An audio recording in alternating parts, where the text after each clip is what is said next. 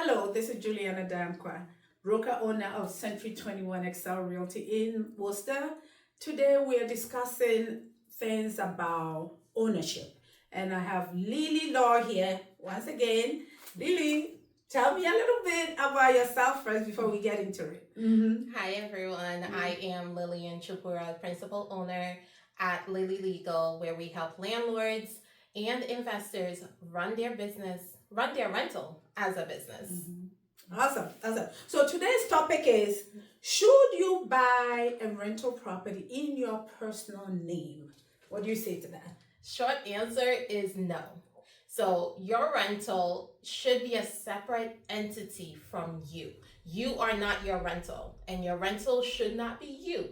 So the reason that we always try to separate the two is if your rental ever gets sued, remember, you have a rental, you have tenants, right? Things can happen. Someone can slip and fall and sue you, right? As the landlord. Now, if you're the landlord and not your LLC, or if you have it under a trust, you are getting sued, and anything you own is also open to that lawsuit. Wow. So that's why it makes a lot of sense to buy the property. Can you buy it in your name first and transfer it into an LLC? You can. However, the protections are not as strong when you do it that way, right? Okay. Because basically, if someone wants to sue you, they're going to look at any property you own. In Massachusetts, property records are public.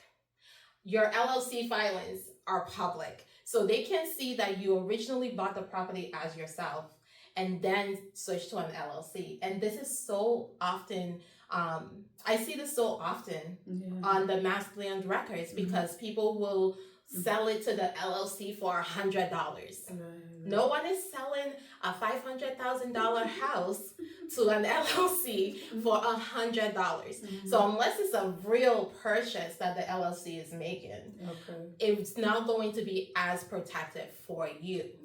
And something that people think is like, oh, I have to have had the LLC for years before I buy the property. No, most lenders will let you have the LLC for one day and still close in the LLC's name. So do not think that if you're already in the process of buying the property that you're not able to get that LLC in place. Okay.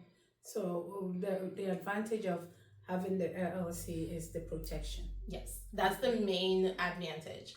And also, people are nosy.